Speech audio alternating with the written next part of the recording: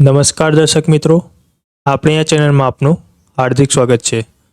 તો મિત્રો, આજે આપણે વધુ એક ભરતીની માહિતી આપવાના છીએ અને જણાવવાના છીએ તેની પોસ્ટ કેટલી રહેવાની છે, તેની જે એપ્લાય ડેટ છે તે શું રહેવાની છે, સિલેબસની માહિતી આપીશું, એજ ક્રાઇટેરિયા શું રહેશે તે જણાવીશું, સિલેક્શન પ્રોસિજર તેનું શું રહેવાનું છે તે જણાવીશું અને ક્વોલિફિકેશન શું રહેવાની છે તેની પણ માહિતી આપીશું। તો મિત્રો, વિડીયોના અંત સુધી બન્યા રહેજો જેથી તમને સંપૂર્ણ માહિતી મળી જાય। તો મિત્રો, સૌ પ્રથમ તો જણાવી દઉં, આ જે ભરતી છે એ સેન્ટ્રલ બેંક ઓફ ઇન્ડિયામાં આવી છે। ત્યારબાદ ઓનલાઈન રજિસ્ટ્રેશનની જે તારીખ રહેવાની છે તે 20/12/2023થી 9/1/2024 સુધી રહેવાની છે। તેની જે એપ્લિકેશન ફી ભરવાની જે તારીખ છે તે શું રહેવાની છે તો 20/12/2023થી 9/1/2024 સુધી તેની એપ્લિકેશન ફી ભરવાની ડેટ રહેવાની છે।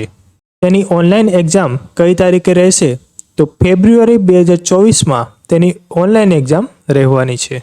પ્રોવિઝનલ સિલેક્શન તેનું ક્યારે આવશે તો એપ્રિલ 2024માં તેનું પ્રોવિઝનલ સિલેક્શન આવી જશે। મિત્રો, આ જે ભરતી છે એ કઈ પોસ્ટ પર આવી છે તો સફાઈ કર્મચારી કમ સબ સ્ટાફમાં આ ભરતી આવી છે।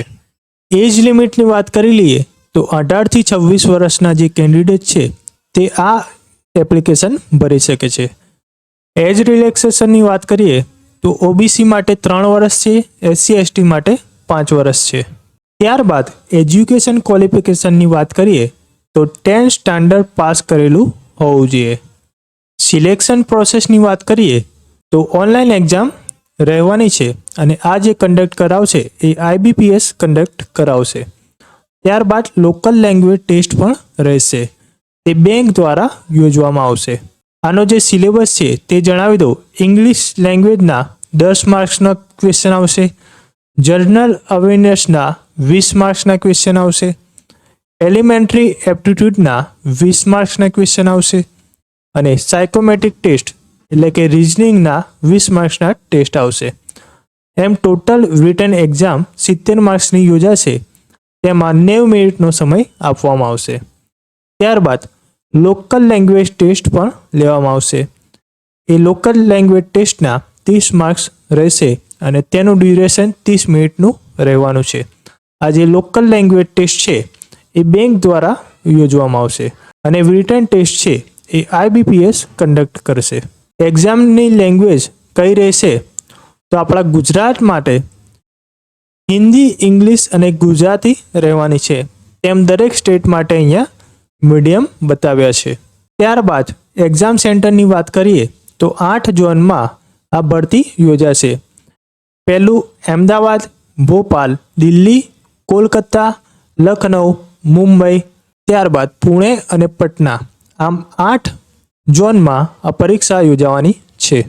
ત્યારબાદ જણાવી દઉં મિત્રો, આ જે એપ્લિકેશન છે તે કઈ રીતે ભરવાની છે તો સૌ પ્રથમ તો તમારે એપ્લિકેશનનું રજિસ્ટ્રેશન કરવાનું છે, ત્યારબાદ ફીસ પેમેન્ટ કરવાની છે, ત્યારબાદ ફોટોગ્રાફ અને સિગ્નેચર અપલોડ કરવાનો રહેશે। તો મિત્રો, તમને આપણી આ જાણકારી ગમી હોય તો વિડીયોને લાઇક કરી દેજો અને ચેનલને સબસ્ક્રાઈબ કરવાનું તો ભૂલતા જ નહીં અને કોમેન્ટમાં જરૂરથી જણાવજો કે તમને આ જે માહિતી છે એ કેવી લાગી।